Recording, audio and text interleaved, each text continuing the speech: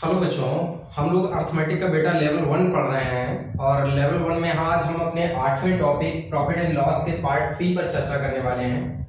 और मुझे उम्मीद है कि आप सभी बच्चों ने पार्ट 1 और पार्ट 2 का वीडियो अच्छी तरीके से देख लिया होगा। अब मैं जब आपको पार्ट 3 का वीडियो पढ़ाऊंगा तो आपको पार्ट 1 और पार्ट 2 के वीडियो से काफी कुछ हेल्प मिलेगी, क्योंकि बेसिक पार्ट अभी तक आप लोगों ने बच्चों जान लिया होगा। तो अब आपको पार्ट 3 का वीडियो बहुत अच्छे तरीके से समझ में आने वाला है। ठीक है बच्चों?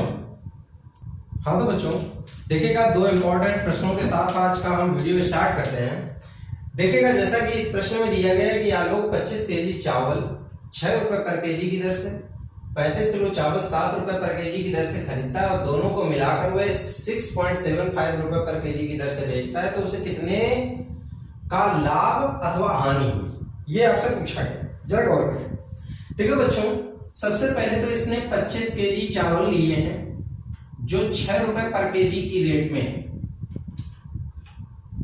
और दूसरी तरफ इसने बच्चों 35 केजी चावल लिए हुए हैं जो 7 रुपए पर केजी की दर से, और इसने इन दोनों को मिला के 6.75 रुपए पर केजी की दर से बेचा है। ठीक है बच्चों? अब जब आप इस तरीके से इस सवाल को सॉल्व करोगे तो देखो क्या सोचना है, कैसे हमें सवाल मैनेज करना है। जरा ध्यान दीजिए। एक बात बताओ बच्चों, आप 6 रुपए वाली सौदा को भी इसी भाव बेचोगे और 7 रुपए वाली सौदा को भी इसी भाव बेचोगे, तो एक तरफ तुमको लाभ होगा और दूसरी तरफ तुमको बच्चों हानि होगी। अब जरा गौर करो, जब 6 रुपए वाली वस्तु 6.75 रुपए की दर से बेची जाएगी तो 0.75 रुपए मतलब 75 पैसे का लाभ होगा, और 75 पैसे का लाभ पर केजी पर होगा। जबकि आपके पास कितने किलो है? 25 किलो है। तो बेटा यहां पर 25 किलो पर हमें 0.75 रुपए पर केजी के हिसाब से लाभ होगा, तो ये आपका लाभ निकल आया। अब यहां पर देखो, 7 रुपए वाली सौदा को जब बेटा आप 6.75 में बेचोगे तो आपको हर केजी पर 25 पैसे की हानि होगी, तो 35 केजी सामान पे आपको 0.25 रुपए पर केजी के हिसाब से बेटा आपको हानि होगी। तो जो हानि होगी वो माइनस में कर दीजिएगा। अब इसको सिंप्लीफाई करने के लिए दशमलव हटा के बटे में 0 लाओ, दशमलव हटा के बटे में 0 लाओ और सॉल्व कर लीजिएगा। जब आप इसको सॉल्व करेंगे तो यहाँ पर देखिएगा कि किस तरीके से आपका सॉल्व होगा।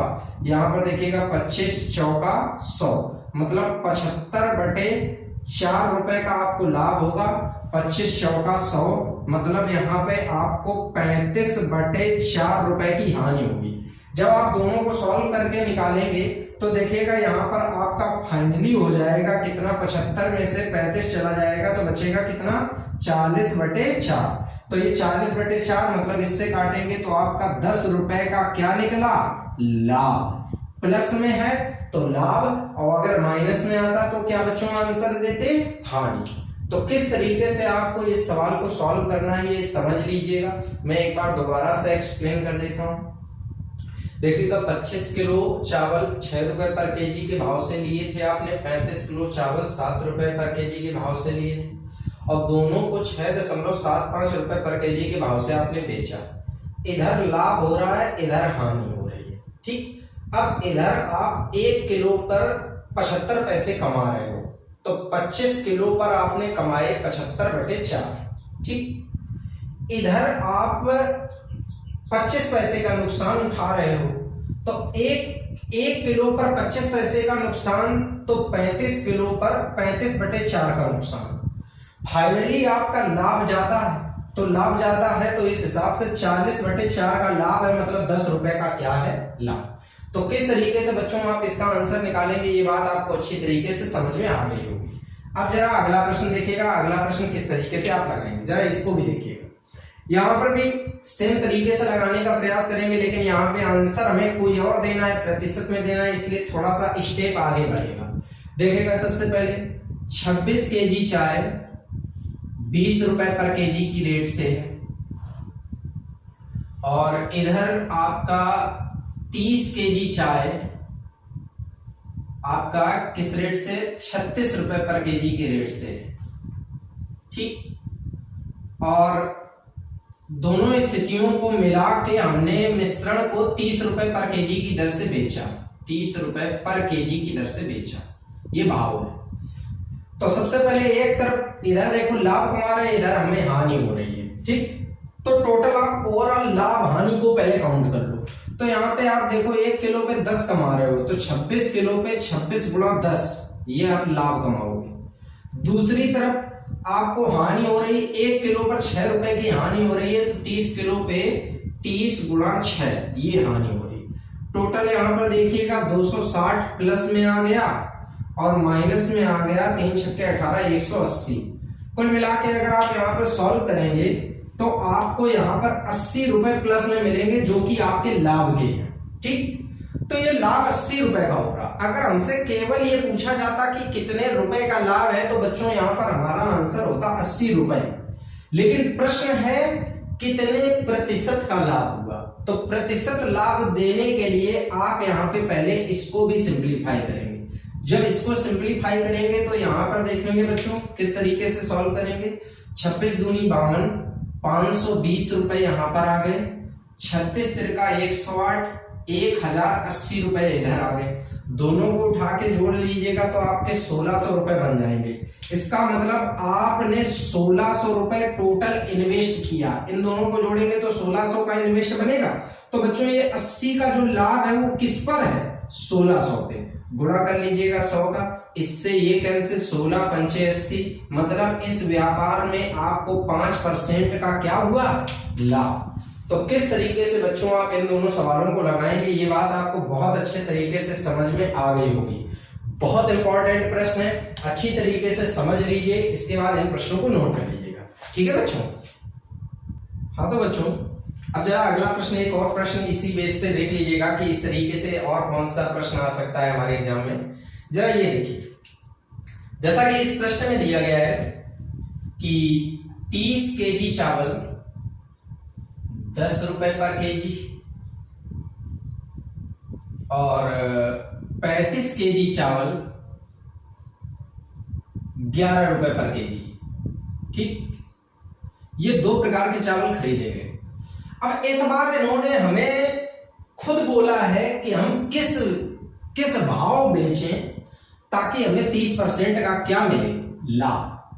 तो देखो बच्चों इस सवाल को लगाने के लिए आप क्या करिएगा, सबसे पहले अगर हो सकता है, अगर हो सके तो क्वांटिटी को थोड़ा सा छोटा कर लो, जितना कम हो सके, क्योंकि उतना ही आपको भाग देने में आसानी होगी, ठीक। तो जब हम मात्रा को कम करेंगे तो 5 से काटे 6 बार, 5 से काटे 7 बार, तो देखो 6 दशारों 60 रुपए यहां पे लग गए और 11 सत्ते 77 रुपए यहां पे लग गए, ठीक। कुल मिला के अगर हम देखेंगे तो हमने कुल मिला के इन्वेस्ट किया 137 रुपए का, तो हमने यहां पे इन्वेस्ट किया। अब सवाल में बोला गया है कि 30% लाभ प्राप्त करने के लिए हमें मिश्रण को क्या भाव बेचना चाहिए। तो देखो बच्चों हमें 30% का लाभ प्राप्त करना है, तो तुरंत आप क्या करो, इसमें 130/100 कर दो, ठीक। अब देखो ये देखिएगा, ये आप लाभ कमा चुके, ठीक। ये 137 क्रय मूल्य था और जब आप 130/100 का गुणा कर दोगे तो ये आपका बन जाएगा विक्रय मूल्य। लेकिन बच्चों ये विक्रय मूल्य आपका टोटल 7 6 13 किलो का है, तो पर केजी रेट बताना है तो 13 से भाग दे दीजिएगा। 1 जीरो से ये कटा, 13 से 13 कटा, और इसको आप लिख सकते हैं 13.7 रुपए पर केजी की दर से अगर मिश्रण को बेचोगे तो आपको 30% का क्या मिलेगा, लाभ। किस तरीके से आपको बच्चों ये सवाल लगाना है, ये बात आपको बहुत याद रखनी है अच्छी तरीके से। मिश्रण में जो मात्रा दी जाए उसको इस प्रकार के सवालों में जितना सिंपलीफाई कर लोगे उतना ही आपके लिए आसान होगा, ठीक है बच्चों। अब अगला प्रश्न देखिएगा। हाँ तो बच्चों अब जरा इन दो प्रश्नों को देखिएगा कि इस तरीके के, इस कैटेगरी के प्रश्न कैसे आप लोग परीक्षाओं में लगाएंगे। देखिएगा बहुत अच्छे तरीके से इन दोनों प्रश्नों को समझना, क्योंकि आजकल की परीक्षाओं में मैं अक्सर देखता हूं कि इनसे रिलेटेड बहुत से प्रश्न हमारी परीक्षाओं में दिए जाते हैं।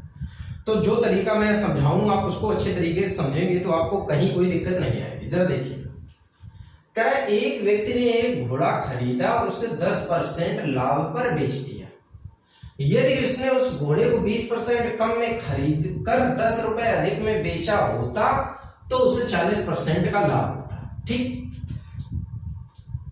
अब सबसे पहले तो यहां पर मैं आपको एक बात समझाऊं, जो ये वाला सेंटेंस आपको सवाल में दिया जाता है, आप कभी भी इस सेंटेंस का पहले उपयोग नहीं करेंगे, आप इस सेंटेंस का उपयोग सबसे लास्ट में करेंगे। तो आपको सवाल लगाने में बच्चों कभी कोई दिक्कत नहीं आएगी, आपका सवाल बहुत जल्दी लगेगा और अच्छी तरीके से आपको समझ में भी आएगा।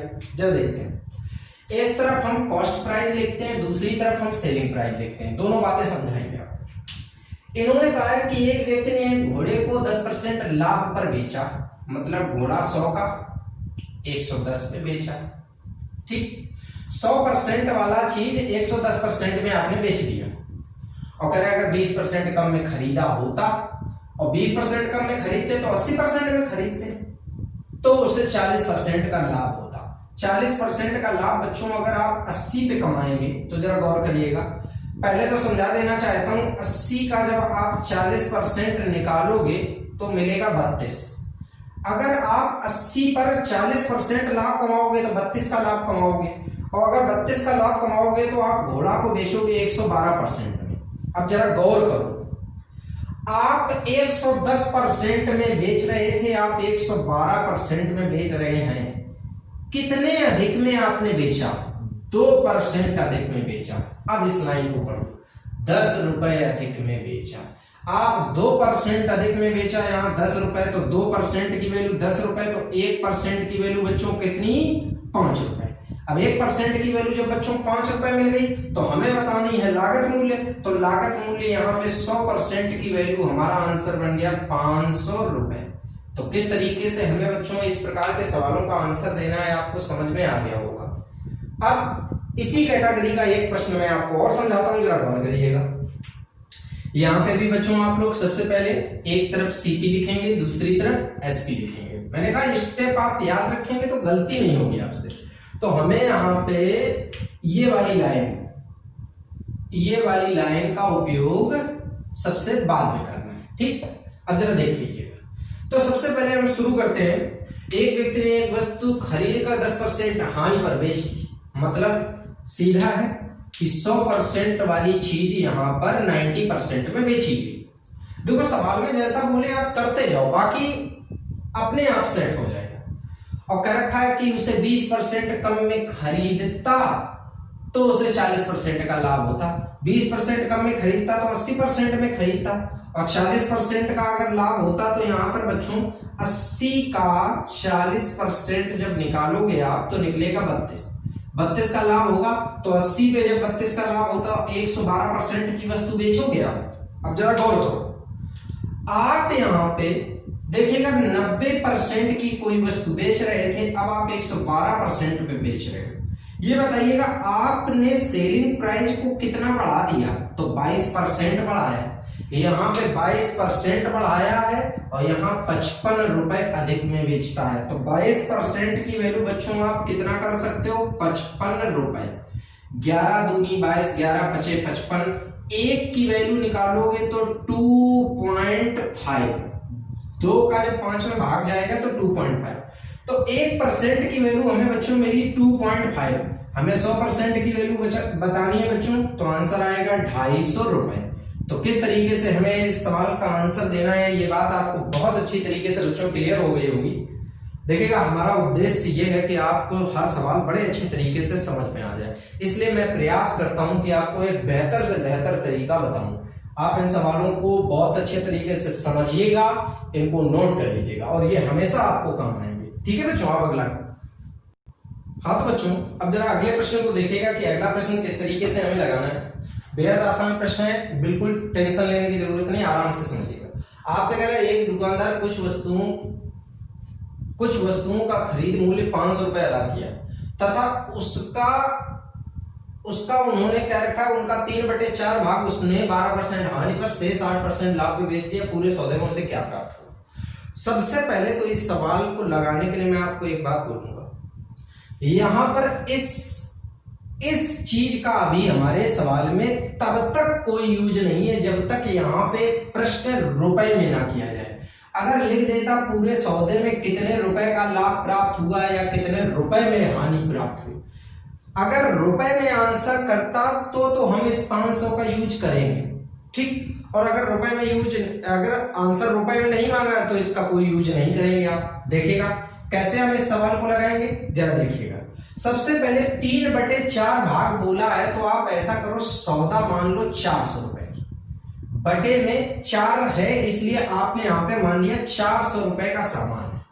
400 रुपए में 3/4 अलग कर लो तो 3/4 मतलब 300 अलग कर लो तो बचा कितना, 100। अब जरा गौर करिएगा, देखिएगा अगर यहां पर आपको 12% की हानि हुई तो जरा इस पे आप 12% की हानि चेक करो तो 12 तिया 36, आपको 36 रुपए की हानि हुई, माइनस में 36 हो गए। और यहां पर देखो 8% का लाभ हुआ तो यहाँ पे 8% का लाभ हुआ तो प्लस में 8, क्योंकि 100 का 8 ही रहेगा तो प्लस में 8।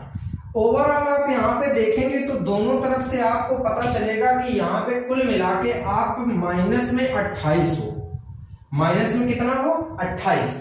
तो 28 की आपको क्या हो रही है, हानि, और कितने पर हो रही है, 400 पे हो रही है। तो जब यहाँ पे बटे में आप 400 करोगे और गुणा करोगे किससे, 100 से, तो 4 से ये 0 से 0, 4 7 28 मतलब 7% की हानि। इस तरीके से हम इस सवाल का आंसर दे सकते हैं, ठीक। लेकिन इसमें हमारे बहुत से बच्चों को, जब मैं ये बात बोलता हूं तो उन बच्चों को ये लगता है कि सर चलिए ठीक है, आपने ये यहाँ पे पता कर लिया कि यहाँ पे आपको 400 मानना था, लेकिन यद्यपि हम 400 ना माने तो क्या सवाल नहीं लगेगा? बेटा तब भी हमारा सवाल लगेगा, ऐसा नहीं है कि तब सवाल नहीं लगेगा, बस थोड़ा सा कैलकुलेशन बढ़ जाएगा। आपको मैं वो मेथड भी बता देता हूं कि जिसके माध्यम से आप प्रॉपर लगाएंगे।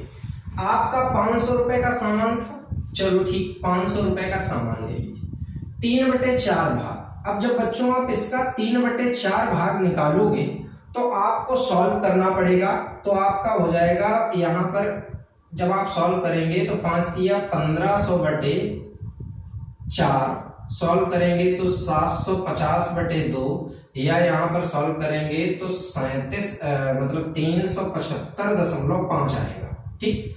या आप भाग देना चाहो तो भाग भी दे सकते हो, देखो 2 तिया 6, ठीक। अब यहाँ पर आपका 14, 2 सत्ते 14, फिर यहाँ पर सॉल्व करेंगे तो यहाँ पर कितना आ जाएगा आपका, ये बच्चों आपका बचेगा 1, ठीक। तो यहाँ पर आप 2 तिया 6, 2 सत्ते 14, 2 पंचे 10, 375 रुपए आ गए, ठीक है बच्चों। अब इसके बाद यहाँ पर जब आप सॉल्व करोगे तो यहाँ पर आपका आ जाएगा 125 रुपए, ठीक, क्योंकि ये 1/4 भाग है। अब यहाँ पर गौर करिएगा, यहाँ पर बच्चों आपको देखिएगा 12% की हानि दी गई है तो इस पे 12% का आपको लॉस निकालना पड़ेगा। यहाँ पे बच्चों आपकी 8% का लाभ दिया गया तो यहाँ 8% का आप प्रॉफिट निकालेंगे। चलो दोनों काम कर ही लेते हैं। 12% हानि, 12 पंचे 60, यहाँ पर आपका 12 पंचे 60 जीरो हो गया, फिर 12 सत्ते 84, और 84 में जब आप 6 जोड़ेंगे तो बच्चों हो जाएगा 90, ठीक। तो वहां पे 9 बचेगा हासिल आपका, और 12 तिया 36 और 9 45। ओवरऑल आपको 45 रुपए की यहाँ पे हानि हुई। यहाँ पे 8% का लाभ निकालेंगे तो आप जब 8% का लाभ निकालेंगे तो यहाँ पे आपका प्लस में 10 निकलेगा, ठीक। यहाँ पे जब आप 8% निकालेंगे तो प्लस में 10। अब यहाँ पे देखिएगा माइनस में 45 है, प्लस में 10 है, तो फाइनली माइनस में कितना है, 35। तो 35 की हानि जो हो रही है वो किस पर हो रही है, 500। 35/500 गुणा 100 सॉल्व करेंगे, 0 से 0, 5 सत्ते 35, 7% की हानि। देखो बच्चों वही आंसर आप यहां से भी निकाल रहे हैं, वही आंसर यहां से भी निकाल रहे हैं, लेकिन कहीं ना कहीं मैं आपको इतना जरूर कहूंगा कि जिस समय आपने यहाँ पे कैलकुलेशन किया होगा तो बड़ा रिलैक्स मूड में आपने कैलकुलेशन किया होगा, लेकिन जब आपने यहाँ पे कैलकुलेशन किया है तो थोड़ा सा कैलकुलेशन करने में मैं थोड़ी देर के लिए ये इमेजिन कर रहा हूं कि अगर मान लीजिएगा कोई बहुत कैलकुलेटिव नंबर होता तो आप कैलकुलेशन कैसे करते, तो आपके लिए कैलकुलेशन बहुत कठिन हो जाता है। इसलिए इस विधि का याद होना भी हमारे लिए बहुत आवश्यक है। अब मैं आपको अगले प्रश्न के बारे में बताता हूं। हाँ तो बच्चों अब जरा इन दोनों प्रश्नों को देखिएगा किस तरीके से हमें एग्जाम में करना होगा, बहुत ध्यान दीजिएगा ताकि आपको एक एक पॉइंट समझ में आए। इन्होंने कहा एक दुकानदार ने एक घड़ी को 200 रुपए में बेचने पर उतना ही हानि होती है जितना 250 रुपए में बेचने पर लाभ होता है। देखो बच्चों याद रखना, जब बोले जितना लाभ उतनी हानि या जितनी हानि उतना लाभ, तो ऐसे सवालों में कॉस्ट प्राइस अगर कभी भी आपसे पूछा जाए तो कॉस्ट प्राइस निकालने का एक बेहद आसान तरीका होता है। आप क्या करेंगे, दोनों प्रकार की कीमतों को उठा के जोड़ दीजिएगा, 200 प्लस 250 और बटे कर दीजिएगा 2। जैसे ही आप सॉल्व करेंगे तो आएगा 450 बटे 2, 2 से काटेंगे यहाँ पे तो 2 दूनी 4, 2 दूनी 4, 2 पंचे 10, इसका मतलब 225 रुपए। तो किस तरीके से आप यहाँ पर क्रय मूल्य निकालने की, ये बात आपको बहुत अच्छी तरीके से समझ में आ गई होगी। ठीक है बच्चों, लेकिन जब हम इसी सवाल को एक अगले प्रारूप में देते हैं, जैसा कि लिखा हुआ है आपके सामने, एक व्यक्ति ने एक घोड़ा 8000 रुपए में बेचने से कुछ हानि होती है, यदि वह इसे 9800 रुपए में बेचता तो उसका लाभ हानि के दुगने के बराबर होता।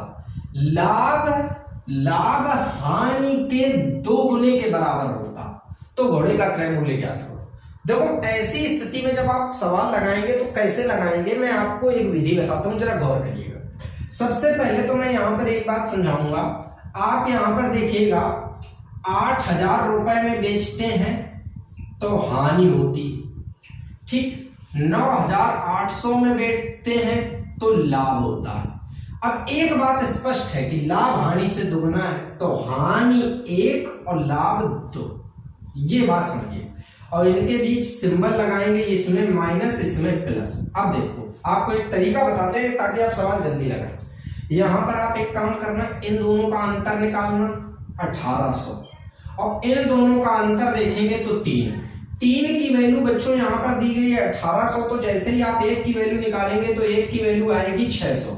बच्चों जब भी हानि और लाभ यहां पे दिए जाएं तो दोनों को उठा के जोड़ना है, 1 और 2 3, तो 3 की वैल्यू 1800 तो 1 की वैल्यू 600 आई।